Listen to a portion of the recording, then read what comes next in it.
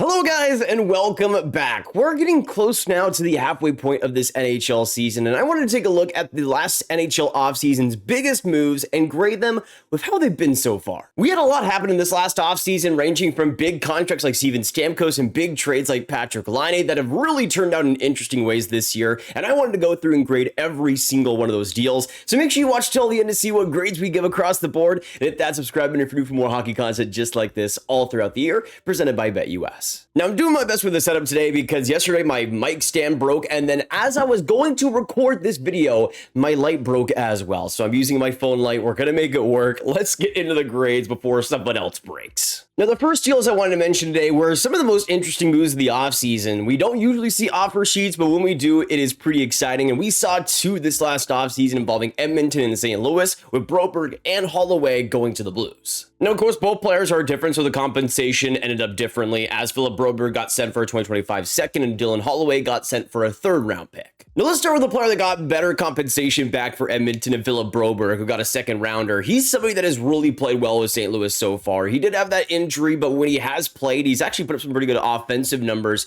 In 22 games, 2 goals, 10 assists, 12 points, had been one of the most impactful St. Louis defensemen, which I think is a reason, a clear sign that they should have gotten younger before the Cam Fowler trade, but it is what it is. In Broberg's case, he's somebody that pretty much went into that Blues defense, sees that opportunity immediately, and has flown with that. And in Edmonton, I'm not sure if he would have been playing up to those type of standards, considering he already asked for a trade. He was on the way out for sure, but in Broberg's case, he's somebody that was obviously pretty mishandled by Edmonton, and that's not really much of a surprise. Now we're going to Dylan Holloway, who is another player like Broberg who's found himself a nice home in St. Louis, but I think is a little bit less excusable, because in Holloway's case, it feels like he was a guy that was less likely to ask for a trade, and I still think could have worked onto that Edmonton foregroup. You can see in 35 games, 10 goals, 9 assists, 19 points. He's been an effective player all throughout that lineup for St. Louis, versatile, and being that Swiss Army knife that he was back in his draft year, he's turned himself into that this season, and he's somebody that already still, at just 23 years old, these two guys are going to be impactful, valuable guys for St. Louis.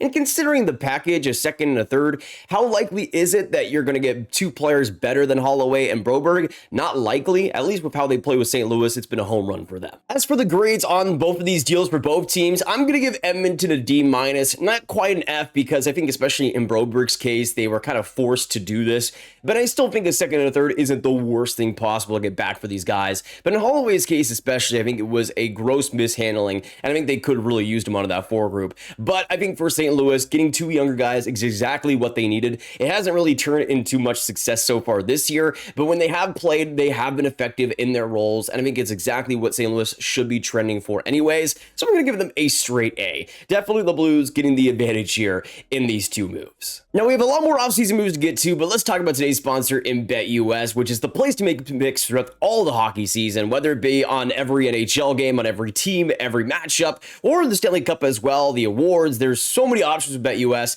Just use code YouTube150 and you'll get a 150% sign-up bonus on your first deposit and 125% sign-up bonus on your next two deposits after that. But of course, with 24/7 payouts, 24/7 customer service, BetUS is the place to be throughout this hockey season. Now let's get into the plethora of Boston Bruins moves from this offseason, starting out with the signings in Elias Lindholm, which was the big one, signing him to a massive multi-year contract at $7.75 million.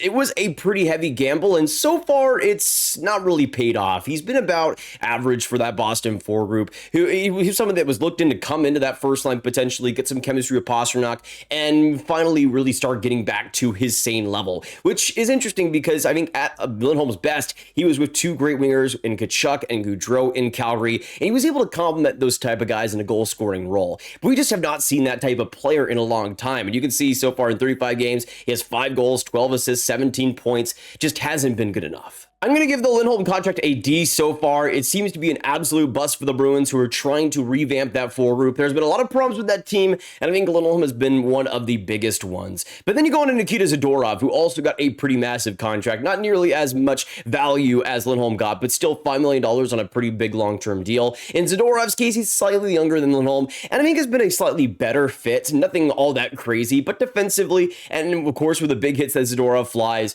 you know the value that he's out there. He's out there to play like a rock star out there, to make some flashy defensive plays. And with the physicality he has, it's something that Boston, of course, is always going to want on their defense. You can see so far in 35 games, 2 goals, 7 assists, 9 points, about the average production that you'd see out of Zadorov. He's still Nikita Zadorov in Boston. I think he's been fine. Nothing all that revolutionary, but I'm going to give him just a straight C. At least it looks like he's a part of that team for the future, unlike Lindholm, who's just kind of there. But now we go into the big whopper of a trade that we saw in the offseason, the Linus Ullmark deal. This one just had major consequences around the Atlantic Division so far, and I think it's a pretty interesting one because at the time, at least if what Ullmark was able to provide what he did in Boston, it looked like an absolute steal. And even though he had a little bit of a slow start, he's been exceptionally good for the Sens, especially over the last month or so. He did get an injury, but I think he will be back soon, so that will be good for Ottawa. You can see in 23 games, a .915 save percentage, almost matching, and especially in the goals against average, even better than he was last season, which is a huge bonus for Ottawa. That's exactly what they needed, a stable goaltender. And if he can stay healthy throughout this season, that will be huge for Ottawa's playoff hopes. They've been a much more competitive team because of Ullmark, and for them, it's an absolutely amazing deal. But I think what salvages it a little bit for Boston is the fact that Joonas Korpisalo has been, at least to this point, not the worst goalie in the NHL, which you can't really always expect Korpisalo to not be. He's somebody that has had a rough few years since going from Columbus. He's gone from LA to Ottawa and now to Boston. You can see in 12 games, a 2.42 goals against average, a .904 save percentage. He's actually been okay for the Bruins. And you know what? Good for him. With Swayman signing late and being one of the worst NHL goalies to start out this year, Korpisalo has been pretty valuable for this Bruins team thus far, and for that, I think it raises it a little bit. I still think it's a great deal for the Bruins, but I'm going to give this a straight A for the Sens, and for the Bruins, a C+. Not great still, but still, it's okay. It's not the worst thing they did. Now we move on to another pretty big move by the Sens from this offseason involving Jakob Chychrun getting sent to the Washington Capitals. Now this one was interesting because we saw Chychrun get sent to the Caps for Nick Jensen and a third-round pick, and at least in the face value, it felt like a pretty low deal for what Chychrun could be. And in terms of what Chychrun can be for Washington, he's been extremely valuable for them. In 28 games, 9 goals, 21 points so far, and playing some of the best two-way hockey he's ever played. And that's great to see, especially since he is still so young at 26 years old, and I think has a lot of value to give. He's really helped that Caps defense, though, in a major way, and that's awesome to see. But I think what is interesting is Ottawa's side to this, because Chychrun likely wasn't going to last, wasn't going to likely sign there compared to all the other options in free agency. So I think for the Sens, especially considering the weird fit that Chychrun was there, it made sense to trade him. And I think considering what they got in Nick Jensen, he's worked out really well there. Honestly, one of the more underrated performances so far this year. He's pretty old at 34 years old, but you wouldn't really think it. And in 34 games, he has 13 points, which isn't going to pop off the board or anything. But his defensive play, the steadiness he has had in his role, I think has been really impactful for that Sens defense. He's not going to put up the flashy point totals that Chychrun will, but it seems like Jensen is a better fit for what that Sens defense needed than Chychrun was. And even though Chychrun, I think, is the better player, sometimes it's about fit for these teams. And in this case, I think it was a win-win deal. Washington needed the presence of Chychrun offensively that could really help that defense. In Jensen's case, though, he's somebody that with the defensive play he could bring was something that Ottawa really craved. And so far, I think it's working out for both cores involved. I think Washington probably still gets the best out of this deal, so I'm going to give them a straight A. But I think in the Sens case, I'm going to give the Jensen acquisition a B+. I think he's fit in really well there, and for that defense, it's something that they really needed to improve on, and in Jensen's case, I think he's really helped that. Now, we talked about Linus Ullmark. I want to move on to another big goalie trade from the offseason involving Calgary and New Jersey in the big Jacob Markstrom deal, which was looking pretty disastrous for New Jersey to start out the year, but has looked better. We saw, of course, Markstrom get dealt to the Devils for Kevin Ball and a first-round pick, and it's interesting because in Markstrom's case, his start to the season with New Jersey was rough, but he's played a lot better in the last month, and you can see in 25 games, he has a 2.20 goals against average, a 911 save percentage. He's on track to have his best season since 2022, which is exactly what the doctor ordered for New Jersey. Just like Ottawa, they had some pretty big holes throughout that lineup. The goaltending was the major one that I think they needed to address. They did in Markstrom, and I think he was one of the better acquisitions throughout that offseason. He has really paid dividends, though, recently, and as New Jersey continues to surge, Markstrom is a critical part of that. Now, in Calgary's case, You could say, oh, Markstrom getting rid of him, it wasn't really the greatest thing in the world, but I think considering Calgary's position, it was exactly what they needed to do. With Dustin Wolf coming in, he was somebody that was ready to take in the reins in Calgary, and with how he's shown so far this year, he absolutely was. He was ready for that starting position in Calgary, and he's run away with it already. That was something that I think that's Calgary needed to do, was get that starting spot open for him, and in trading Markstrom, they do that. Now, I don't think Kevin Ball has been extraordinary for Calgary, but he's a physical defenseman, big boy, you know what you're getting there. The first round pick, though, is huge, and I think for Calgary, that's just more insurance for that draft capital. I think in this kind of retool direction they're going through, still with the competitiveness they have, it was still the exact type of move they needed to make, and in Dustin Wolf's case, he's the starter already, so I don't think for Calgary, they're really missing much out there. I think it's a pretty even trade, though. I think for New Jersey, they get a straight B, and I think for Calgary, they get a straight B. Just a solid win on both sides that two GMs smartly made. But now we go to a deal that is looking like one of the biggest fleecings of the offseason. Ken Hughes has made a lot of good deals, but to me, the Jonathan Kovacevic trade might be the worst. Now, I don't know how well he would have played in Montreal, but he has been unbelievable for New Jersey. Now, offensively, I don't think Kovacevic is ever going to put up unreal numbers, but in 36 games so far, he has 10 points. But the efficiency defensively is something that we've seen Kovacevic take a big step in. New Jersey, of course, also had holes in their defense. They went after not just Kovacevic, but Brett Pesce as well to hopefully fill that. But I would argue Kovacevic has been maybe Montreal's best not Montreal, New Jersey's best defenseman in terms of his role, the efficiency he's played, how much we've seen a bump in his minutes as well. He's playing harder minutes against better competition, yet he's still coming out extraordinarily well. I think Kovacevic, in terms of, honestly, all of the acquisitions, maybe his top 5 in terms of fit with his new team. He has been so good for New Jersey, and we only saw, a 2026 4th round pick going back to Montreal at the time. I don't think that was too far off what Kovacevic's value was out there, but how he's playing as a 6'5" defenseman now, I think if Kovacevic were to be traded today, I think you'd probably be asking a first round pick. And I don't even think I'm exaggerating with that. He's just been playing so good. In terms of the trade grades, I get that Montreal was kind of in a no-win situation. They were trying to get rid of as much defensemen as they can with the log jam there, but especially with how Montreal traded for Alexander Carrier, another right shot to come out of that defense. Just keeping Kovacevic might have been the answer. I'm going to give them a D-, but for New Jersey, it's an A+, absolutely. One of their most underrated additions in an offseason that had a lot of underrated ones. Now we move on to another landmark deal from the offseason, going on to another Montreal Canadiens move in the Patrik Laine trade. And sure, the Kovacevic deal didn't really work out for them, but the Patrik Laine deal absolutely has, man. It's kind of wild to look back on that trade because, of course, Columbus traded for Jordan Harris, but they traded a second-round pick and Laine to Montreal just to get rid of that contract. And for Columbus, we absolutely understand why. He was not a fit there. He wanted a deal, and it makes sense that you would have to get rid of something to get rid of that full contract. At the time, it was looking pretty rough. But what Patrik Laine has been for Montreal when healthy has been spectacular. It's still 26 years old, which is crazy to think about. You can see the production so far this year in 9 games, 8 goals, 9 points. It's already among the league leaders in power play goals. He has been absolutely insane in that department. And sure, is the defensive game not there? Yeah, but what Montreal is doing, I think, with Patrik Laine is getting him back to his original game. I think with Columbus trying to try him out at center, trying to get him more into a defensive guy, it's just not who he was. Patrik Laine, at the end of the day, is a sniper. He is a power play, a quarterback. He is somebody that can do so much for you in an offensive role, and Montreal isn't afraid to put him in that position. They're willing to insulate him with other defensive players or try to insulate him with other guys that can make up for the defensive lapses in his play.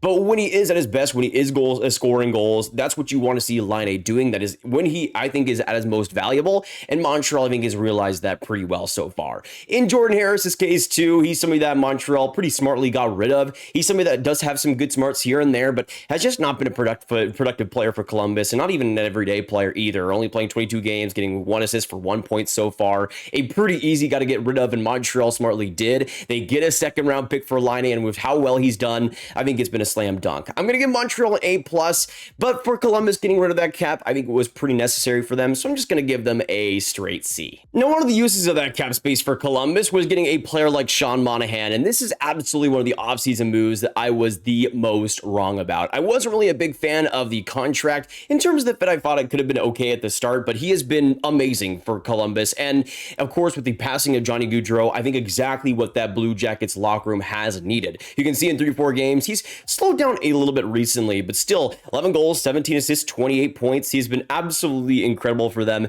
and exactly the first line center with the Boone Jenner injury that Columbus desperately needed to start things out. They had a great start to the season. They quieted down a little bit and gone back to expectations a little bit more, but still, Monahan has been able to do the transform that locker room to be there in the biggest moments for that franchise.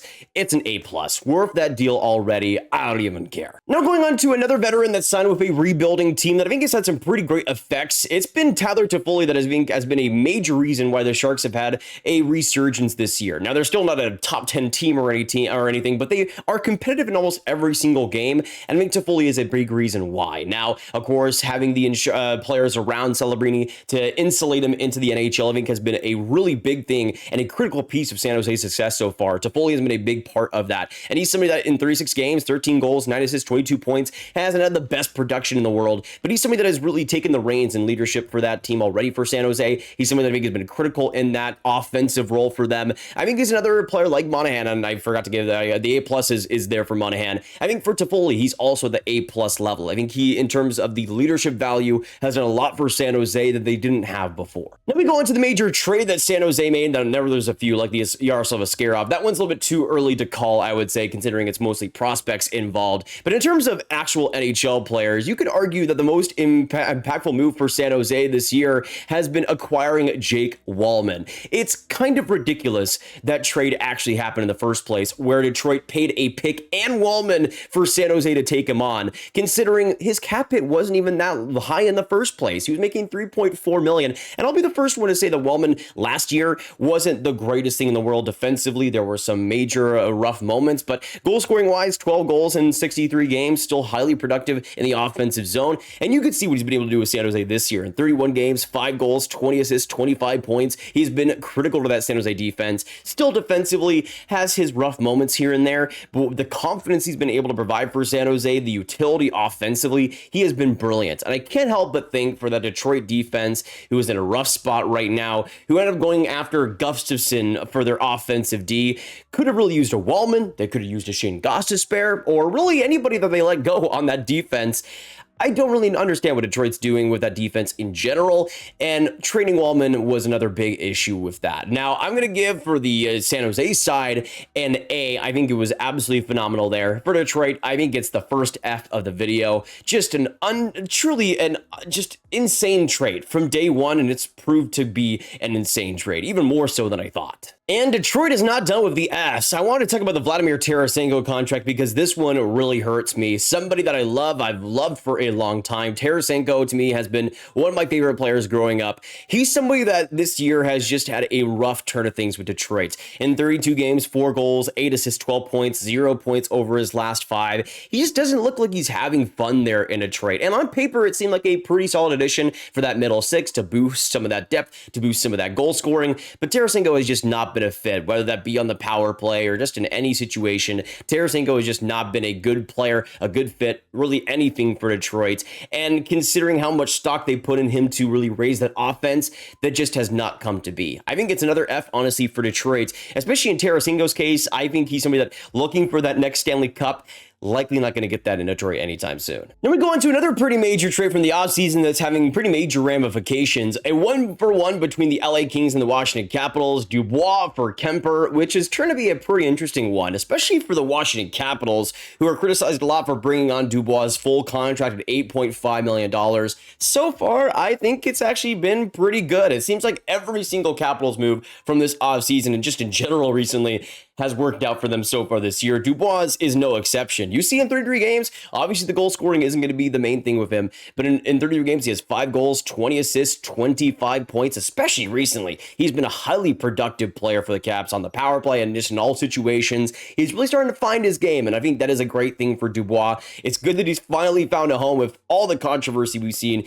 just in his entire NHL career. But then you also have the player he was traded for in Darcy Kuemper, where the Kings saved some cap there. But goaltending-wise, he actually hasn't been too bad for the Kings so far. In 16 games, a 2.40 goals against average, a .911 save percentage. He hasn't been incredible, and especially in overtime, 5 overtime losses already, hasn't been incredible in that overtime segment. But in terms of the actual play there, I really wasn't really expecting much considering the injury history. He is age at 34 years old, but he seems to have gone back to his solid time with the LA Kings. I mean, you can see a 932 save percentage back when he played there in 19 games in 2018. He's somebody, though, that has been a big part of that goaltending tandem for the Kings and has worked out pretty well. So I think this is another pretty good win-win trade for both sides. I'm going to give for Washington an A-, and for the Kings, a straight B. Now we're going to go through a lot of the major contracts that were signed this offseason in consecutive order. Let's start out with the Nashville Predators, who have not been good to start out this season. And a lot of it, I think, is because of the opportunity to get a lot of these name brand players that were,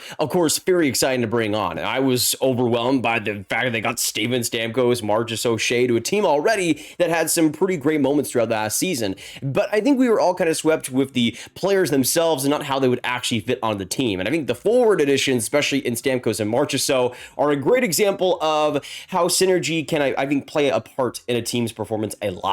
These are two guys, especially in Stamkos' case, who are goal scorers. They are guys that are shooters. And I think for Nashville, they already have a lot of those type of players. I think they needed more of a play-driving presence and, quite frankly, a younger presence that Steven Stamkos and Marchessault aren't able to provide. You can see so far they've been okay offensively. Stamkos, 19 points in 34 games. Marchessault's case, a little bit better, 21 points in 34 games. But the overall game just has not been there, and they've been a huge liability defensively. You also got Brady Shea, $7 million, 7 years, that has just looked like an absolute disaster as well. He's been okay, but when you're paying him that amount of money, especially when you're bringing him on to be a big part of that defense, you're looking for more than just 11 points in 34 games and lackluster defensive play. He's pretty much been the worst version of himself. He's gotten a little bit better lately, but that's not really saying too much. In Nashville's case, they really needed big things out of these acquisitions, and I would say in a large part, they've kind of ruined a lot of the synergy that Nashville previously had. I think Nashville's a team that already was trending in an older direction, but they just got even older. And in today's game where speed matters so much, pace matters so much,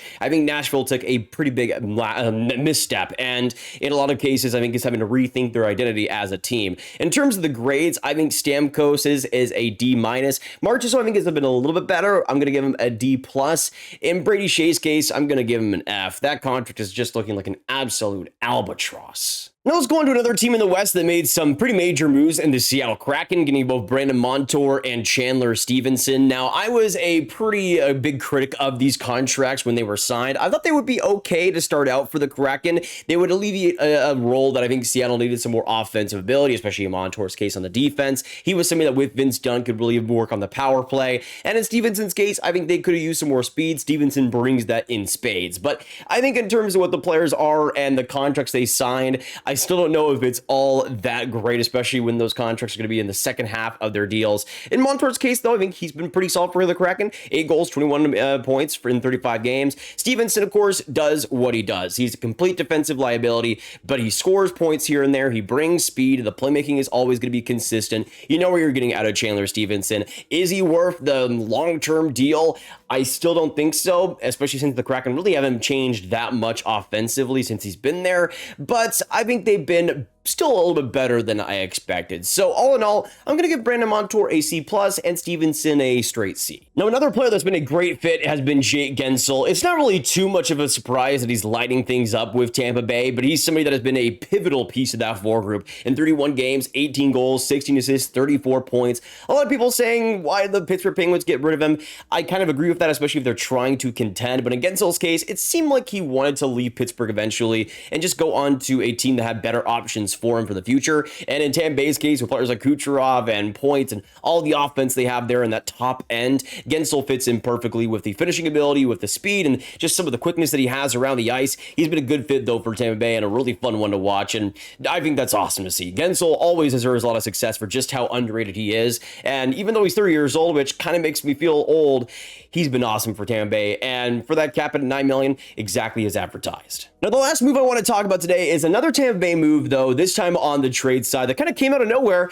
and that's the Mikhail Sergachev deal with Utah, one that was really surprising in a lot of ways. We saw Sergachev go to Utah in exchange for Giannis Moser. We also saw Connor Geekie. We saw a first-round pick and a seventh-round pick as well going back to Tampa Bay. This one was a massive one, and it's been really interesting to look back on because I think in Mikhail Sergachev's case, he's been excellent for Utah in more of an offensive role, and he's somebody that, considering his weird performances over the last couple of seasons, going from from great production, 64 points in 79 games, to last year where the defensive play especially took a major step back. I feel like there were at points where you could have maybe foresaw a trade happening. But still, the fact that it did happen was a little bit surprising. He has been great, though, for Utah. 8 goals, 26 points in 33 games, exactly what they needed on that defense when he has been healthy. But you also got, and go and see what Tampa Bay got in this deal. And Jonas Moser is somebody that has been extraordinary for Tampa Bay this year. And honestly, he has been somebody that has been one of the bigger surprises this year defensively, and just how consistent he has been. He is injured now, which does suck, but when he was playing for this Tampa defense,